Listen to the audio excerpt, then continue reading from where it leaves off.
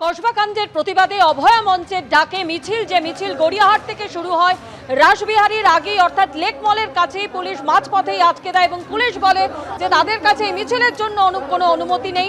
এবং তারপরে আমরা দেখতে পাই যে অভয়া মঞ্চের এই আন্দোলনকারীরা অর্থাৎ যে বিভিন্ন গণসংগঠনের তরফে সদস্যরা এই মিছিলে অংশ নিয়েছিলেন তারা রাস্তায় বসে প্রতিবাদ জানাতে থাকেন।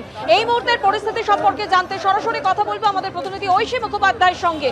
ঐশী, কি আপডেট রয়েছে?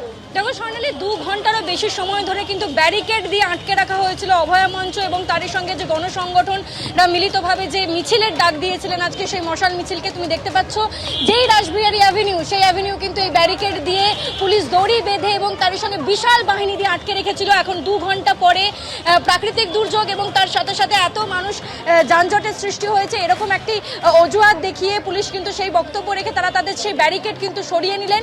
এবং তারপরে আমাদের সঙ্গে রয়েছেন ডক্টর উৎপল ব্যানার্জি, তাকে জিজ্ঞেস করবো যে আপনারা প্রায় 2 ঘন্টা এখানে আটকে থাকলেন, তারপরে এই ব্যারিকেড এই বজ্রাটনি খুলে দেওয়া হলো, আপনাদের মিছিল আটকাতেই কি উদ্দেশ্যপ্রণোদিতভাবে এরকম পদক্ষেপ নিয়েছিলেন? পুলিশের এই ভূমিকা তো আমরা বারবার দেখেছি। তারা শান্তিপূর্ণ গণতান্ত্রিক আন্দোলন তারা আটকে দেয়। 2 দিন আগে আপনারা দেখেছেন যে কসবাতে শান্তিপূর্ণভাবে কিছু ছাত্র যুবক তারা সেখানে আন্দোলন করছিল, পুলিশ তাদেরকে হেনস্থা করেছে, তাদেরকে কাস্টডিতে নিয়ে গেছে।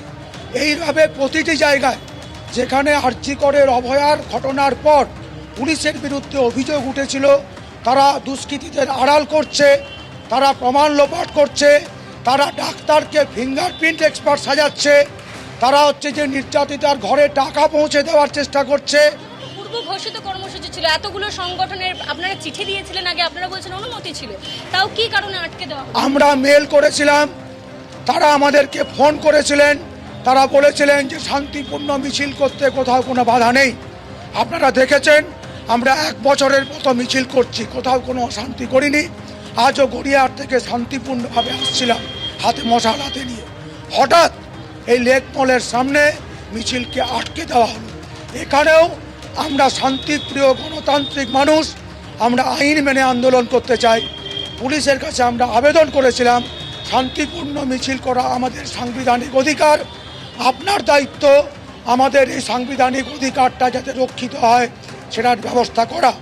কিন্তু পুলিশ যে কোনো কারণেই হোক আমাদের ঘরের মেয়েরা যেরকম অত্যাচারিত এই সময়কার বলছেন অনুমতি ছিল, তাহলে শেষ মুহূর্তে সেই অনুমতি ঘুচে গেল কিভাবে? সেটাই তো বলার, যে যেরকম আমাদের ঘরের মেয়েগুলি অত্যাচারিত তেমনি আমি তো নিশ্চিত যে পুলিশের ঘরের মেয়েগুলিও তারাও অপমান অত্যাচার অমর্যাদার শিকার। আমরা পুলিশকে বারবার বলেছি, অবশ্যই আসবো।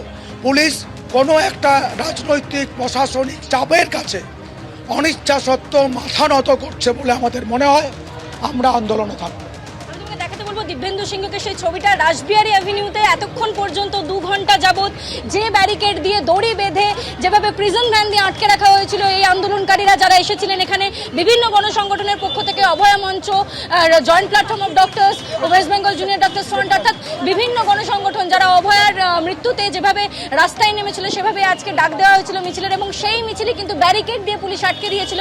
এই মুহূর্তে 2 ঘন্টা পরে সেই ব্যারিকেড সরিয়ে দেওয়া হয় এবং উৎপল বন্দ্যোপাধ্যায় যেমনটা জানালেন যে পরবর্তীতেও তারা এইভাবেই গর্জে উঠবেন, এইভাবেই আন্দোলনে রাস্তা রাজপথ কাঁপিয়ে তুলবেন। ধন্যবাদ।